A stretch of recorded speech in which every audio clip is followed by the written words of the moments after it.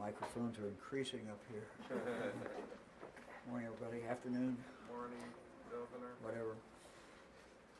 So I'm joined today by my wife, Fran, Dr. Hill, of course, Superintendent of the Springfield Schools, and Dr. Vanderhoff, who is the head of the Ohio Department of Health, as well as Mayor Rue. Today, Dr. Vanderhoff and Fran and I and some of Dr. Vanderhoff's team really had several different meetings that we looked at the health care situation in Springfield, particularly in regard to doing everything that we can to make sure that every person in Springfield has the opportunity to receive good primary care. This has been our goal for some time. We've worked with different authorities here. We will continue to do that, and we were frankly talking today about how do we continue to increase that as we move forward. After that, we went to Simon Kenton Elementary School. Had the opportunity first to meet with the troopers who were assigned and who got there early this morning just to see how the day was going. Everything seemed to be going fine.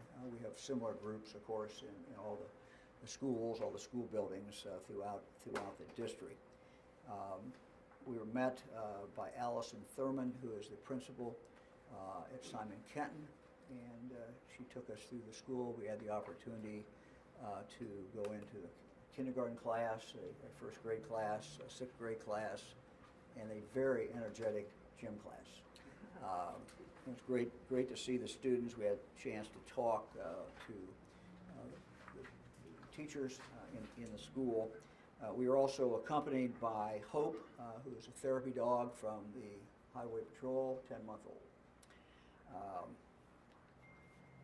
Hate to admit this, but the students were much more impressed by Hope than they were by the governor. But that was fully to be expected. That's what we wanted, and they did. The kids did very, very well. What we were told by the teachers is that the kids were doing well, and we could just see it in the classroom. Fran and I, over the years, have been in many, many classrooms.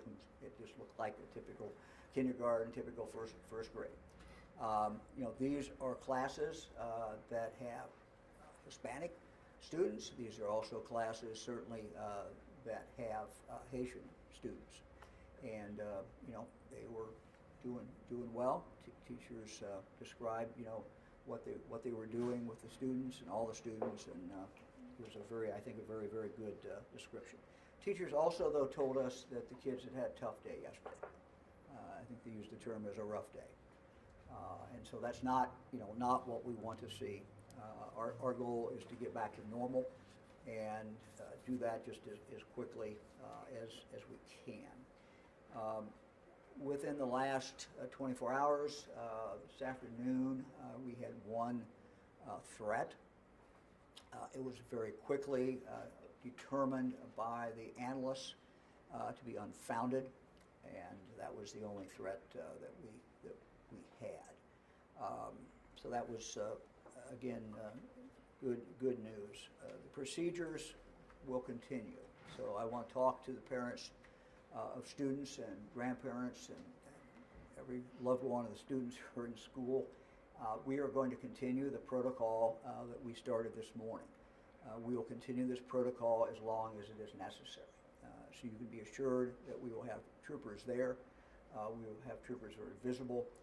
These troopers will go through the building before anybody enters that building to make sure there is no problem. Again, we have not had one of the threats that have been anything but unfounded. All of them have been unfounded. We do not believe there is a real threat out there, but we are certainly not going to take any chances, and we want parents to be assured that their children can be kids and can go to school and can learn as everyone wants them to be able to do. Let me at this point let me mention one other thing. For the news media, there will be, if it's not already been posted, pictures of us with the kids in the school. Also, there'll be some video that will be posted of that visit. Dr. Hill. Thank you, Governor DeWine. It's just my sincere pleasure to thank Governor DeWine and Director Wilson for the resources that they provided to us. Today was the first close to normal day that we've had since last Thursday. Talked to several troopers today. They are fantastic. Thank you to the Ohio State Highway Patrol for making that happen. These resources make our schools safe. Our attendance was down today. There is still a high level of fear due to these unfounded threats and hoaxes that have marred our existence, really, for going on a week now. I encourage our parents to please return your students to school. We have the resources.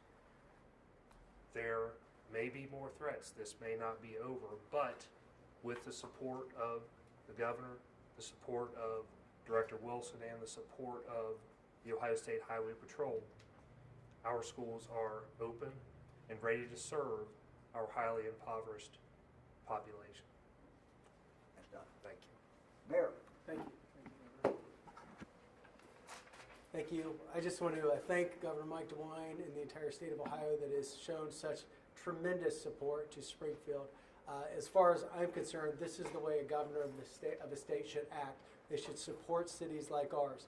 Not to mention, he believes the leadership here. When he's been asked to verify the claims that we have said were not true, he has stood behind the leadership in Springfield and said, they are telling the truth, this has been a lie. We did not have threats 7 days ago. We did not have these concerns 7 days ago. We did not have these hundreds and hundreds of thousands of dollars spent in Springfield and from the state of Ohio support 7 days ago. We do today. We'd like those that on the national stage that can bring peace, that can tamper their words and speak truth. That's what Springfield is asking. We need peace. We need help, not hate. Thank you so much. Thank you, Governor. Thank you very much. Happy to answer any questions for any of us. Governor, we understand that there was a threat at Springfield High School today. Is that what?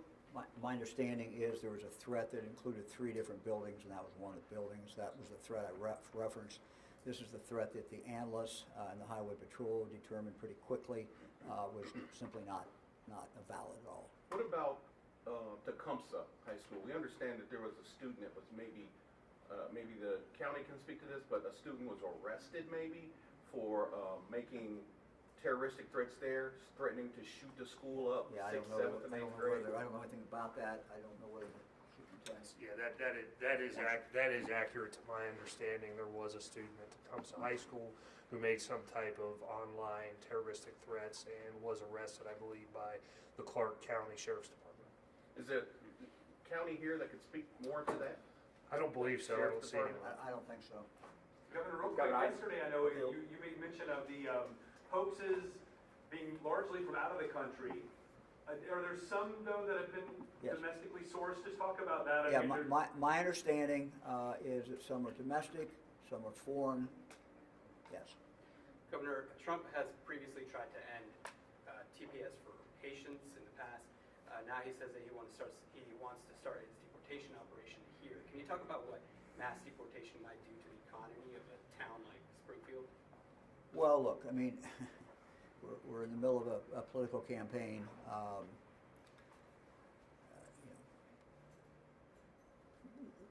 I can just tell you what the business people have told me. And as I think I told you all yesterday, Fran and I had over for breakfast a number of the business men and women in this area, so not all of them, but a number of them, who employ Haitians. And they all kind of told us the same story, that after the pandemic and things started moving forward, they simply did not have enough employees. They could not fill these slots. They started seeing that they could have Haitians do that, and they started doing that, and they started employing them.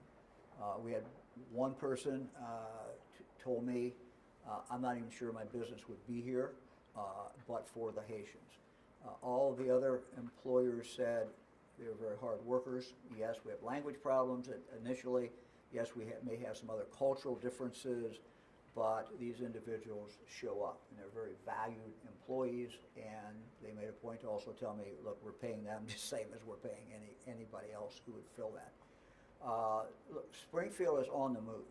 I couldn't have said that 10 years ago, but we're seeing companies that are not only coming in and are here, but we continue to see companies that are looking at Springfield as a possibility. Now, the way that things work, you don't get them all. You know, they may be looking at 4 or 5 places, but they're looking at Springfield.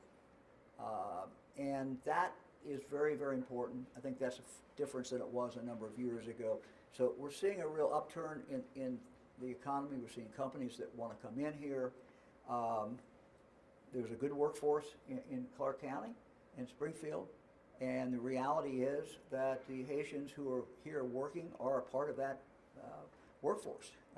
They're part of the people that are making it happen. The other thing that the employers told me is that when the Haitians go in and they work, I said, well, how are they accepted by other employees?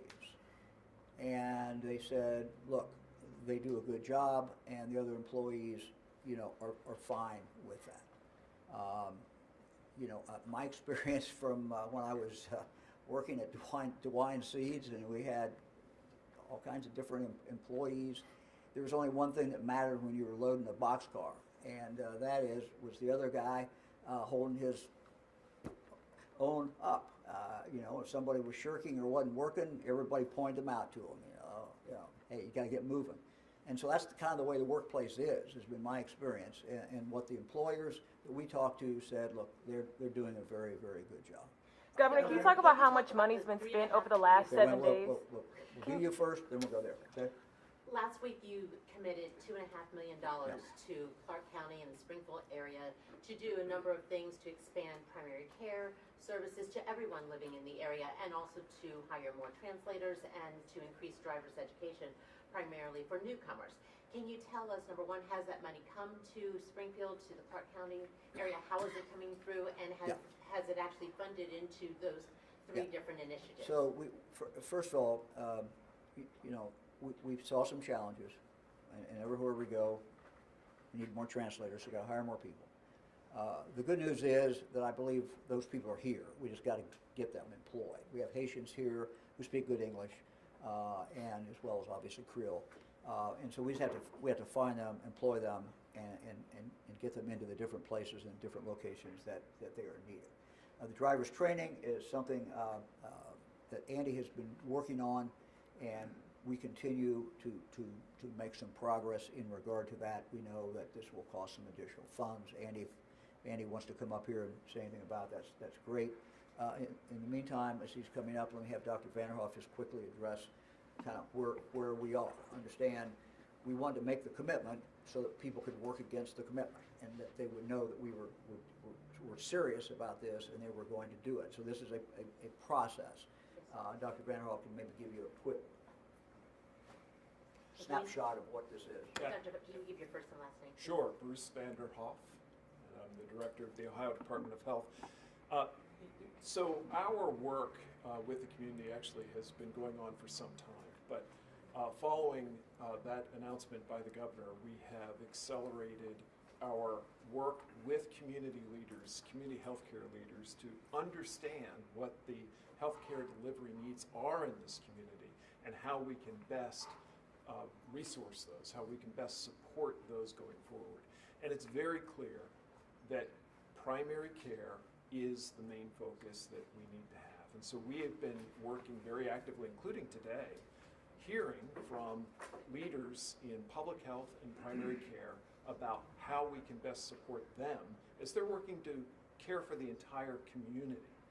One of the areas in particular that we're hearing they need support and that we are going to be providing that support is around general vaccination. You know, it's back to school time. It's that time of year where people are seeking to be vaccinated, and we're going to be providing them with additional resources so they can get that done in a timely way. What kind of we resources? got too long waiting lists, basically, is what it is. So what we're talking about doing is for the whole community, not just Haitians, not just for everybody. And you know, we have a healthcare system that is being pushed, frankly, because of the number of people, and we're gonna work on that. So, Andy, you want to quickly do the?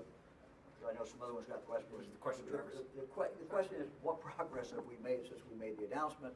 of $2.5 million, what we're going to do. So you might outline exactly Okay. where we are and where we're going. In the driver's education space, we have met with local driving schools who actually have developed an adult Haitian Creole driving curriculum. And they want to push that out. We believe that they're going to start pushing that out here in October coming up. So the key is now we need to find leaders within the adult Haitian community to get people to come to those classes. Also to let us to take those classes into the businesses where we know our Haitian population works. Because the number one issue we have in the public safety space with the Haitians, it's not crime, it's not violence, it's the driving. That's the public safety issue. So what we want to do is we want to get driver's education to that population and incentivize them to take those classes.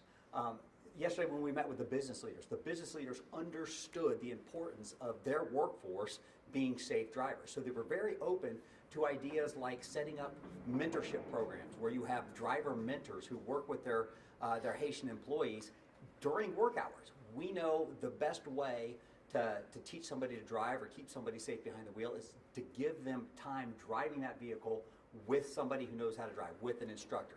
So we're setting up mentorship programs where, again, these business owners talked about, look, we'd be willing to let our Haitian employees drive for an hour of their shift with a mentor. Come off the line at 11 o'clock, drive for a little bit, get back on the line at 12 o'clock. So those are some of the outside of the box type things that we're thinking about, where we think we're going to be able to push out here very quickly. We understand that there was an accident yesterday involving a Springfield police officer and a Haitian driver. Haitian driver ran the stop sign and ran into a Springfield police officer. Look, these are accidents. We have seen those. This is one of the reasons that we're really, or it is the reason we're really focused on driving. Governor, can you talk about how much money's been spent over the last 7 days to address these hoax threats? Yeah, I don't think there's any way of calculating that very quickly, because we have our federal partners who are involved. We have state, we have local, so we got, 3 different levels of government that are very, very much involved in it. I don't know if I can even guess, so I'm not going to. So. Governor, you previously, go ahead. I've been hearing a lot the past few days about the possibility of a visit here by former President Trump. Do you think that would be helpful? What's your thoughts on such a visit? Look, Have you been in touch with as I said yesterday, presidential campaign, a visit by one of the candidates is generally very, very welcome. They certainly have the right to be here. If any of the candidates come, they will be welcomed by the people of Springfield. I have to state the reality, though, that resources are really stretched here, and that's just fact. And we're really focused on keeping kids in school and doing these things, and just everybody is kind of stretched. But if President Trump makes that decision to come here, he will be welcome here. Mayor, would you have anything to add to that as personal leader of the city? I've answered this several times. If either one of the candidates wanted to come to Springfield, it would be very, very difficult to have them here. It would be an extreme strain on our resources. So it would be fine with me if they decided not to make that stop right now. Mayor, can you talk about the meeting you had yesterday afternoon with other area mayors who came to show support for Springfield, for the community, for residents, Sure. for yourself? Thank you. Springfield's a part of the Ohio Mayors Alliance as well as the U.S. Conference of Mayors. And we had mayors from, the mayor from Columbus, mayor from Cincinnati, Toledo, Akron, Athens, and Dayton, and former mayor from Dayton, as well as former Governor Bob Taft, all came to my business, and we had a roundtable of support and encouragement, and also offering resources and safety forces to most immediately, Columbus and Cincinnati both offered officers to come right into our aid to help reinforce our staff. Any other support the mayors have committed to? That's now, but ongoing, but the communication's open, and we're really grateful for that. Really grateful. Are any of those individuals concerned that these threats can trickle into their communities? Because Haitians don't just live in Springfield, Ohio, they live in other areas in our state. That concern wasn't brought up at the time. This is the governor's press conference, so. And Superintendent, how are Springfield schools going to handle the large number of students who don't speak English, and what kind of resources would you all need to support that? We've been handling them as best we can.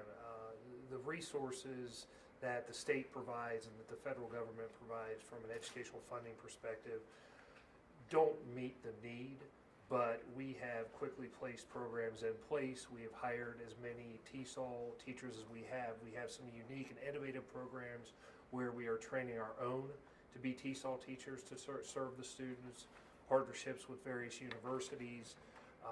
When you jump from 200 to approximately 1,200 in 2 years, it puts a strain on the system. But as everyone is aware, we're legally required to educate every student that walks through our doors, and we've done so and done so successfully, and we'll continue to do so with the resources that we have. Talking about the students, what's their psyche like right now with the last week and everything that's going on? Talking about the Haitian students, have you talked to them? I think it's all students at this point. It's all students and all staff. Events of this nature take an extreme emotional toll on adults as well as students. And from that perspective, we have had to take a step back and provide all the different resources that we have to address those social emotional needs, not only for the students, again, but for the staff. It's traumatic as an adult, it's traumatic as a child. How are your staff doing with Teachers. They're hanging in there, and we're going to do everything we can to support them and provide them with whatever additional resources that they might need to feel less anxious or to feel better supported in our classrooms. You mentioned a decrease in attendance today. Do you have specific data you can share with I us? do not have specific data. I got tied up in things at the end of the day and wasn't able to look at it. I can cite one elementary school was down 200 students out of 500, so we still had over 50% of the kids there. So I will take that as a win for today, and hopefully that increases to 75% tomorrow.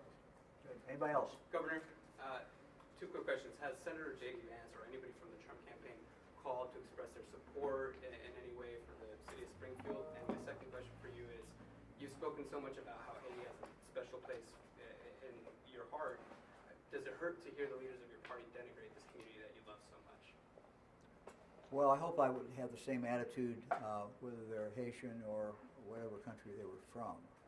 Look, these are kids, and in school, we spent a good part of the day this afternoon. Fran and I did, as I said, in these schools, and looking at these kids. And look, these kids just they were happy. They want to be educated, and so we all have an obligation to educate these kids. So, I want the best for every kid in the state, whatever their background is, whoever their parents are. We want them to succeed. We want them to live up to their God-given potential. We have some amazing teachers. When you talk about the teachers, every teacher Fran and I talked to today was up. They were just the type teacher that you would want for your own child, your own grandchild. They're educating these kids, and they're educating them whether their initial language was Creole, or their initial language was Spanish, or whatever it was. And so I'm just very, very proud of those teachers and of Springfield City Schools and the people of Clark County. Governor, real quick, last one from me. Just on the investigation side about these hoax bomb threats, you indicated you have some indications, some are foreign, some are domestic. How do things go from this vantage point, or from this point moving forward, to try to figure out who actually placed the calls? Look, that's up to the experts in this. It's beyond my capability to intelligently answer it. Look, I can guarantee you that they will always try to find out who it is. They'll do everything they can.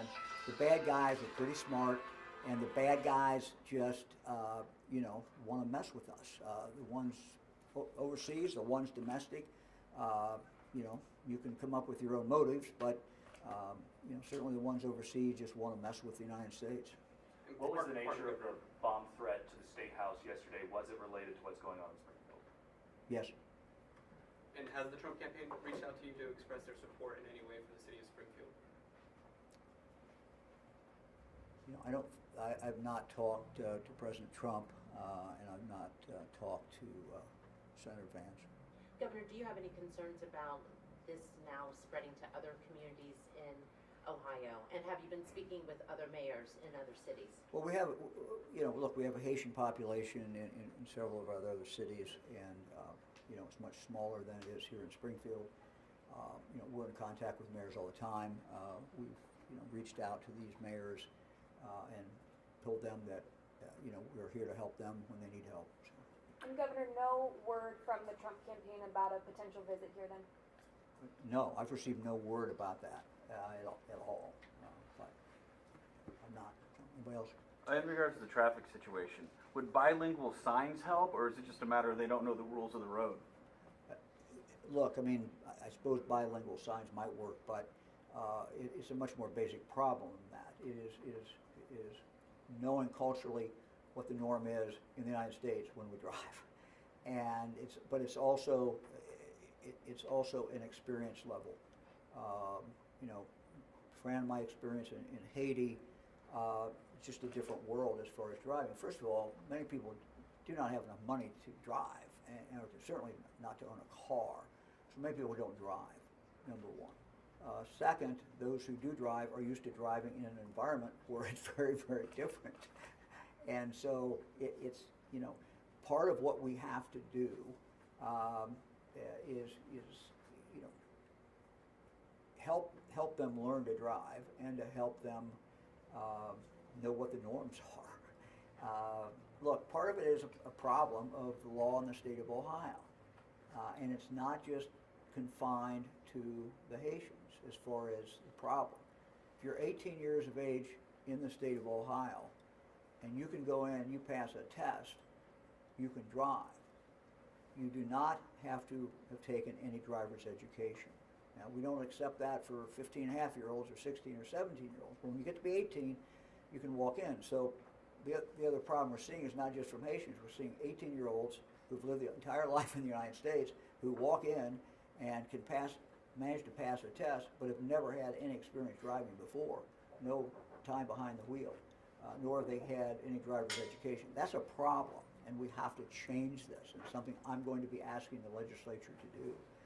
It's just very, very, very important. Governor, do you have any results from Operation Reckless, which is a program that initiated last week here in the Clark County area? State troopers were in this area to just, Yeah, we're trying to get a summary of that, Andy. I don't know if we have any update on that. We'll be making that available to you. Do you have anything now? We can get the actual data for you as far as what they've done on the streets. Anecdotally, somebody was just telling me when I was walking up here that how much they appreciated the presence or the increased presence of the highway patrol. Presence matters a lot. I mean, look, no one wants to be writing tickets. What we want to be able to do is have the presence be the deterrent. That's kind of the idea. Governor, Okay. I know this is the first day, but the assets that you brought in, do you think they're sufficient? Yeah. Or do you plan to bring in more? Would there be any requests for the National Guard at some point? I don't see a request for the National Guard. I think that they've been adequate so far. They've done well. We think we're in good shape. Our commitment to the parents of Springfield is if we see that they're not adequate, we will fill in. We'll do what it takes to make it safe and make sure everybody understands it's safe. what do you want to say to Springfield residents? Pardon me? What do you want to say just simply to Springfield residents? Just have your kids come back to school. It's a great environment, great place. We're doing everything we can. Your kids are going to be safe. Thanks, everybody. All right, thank you.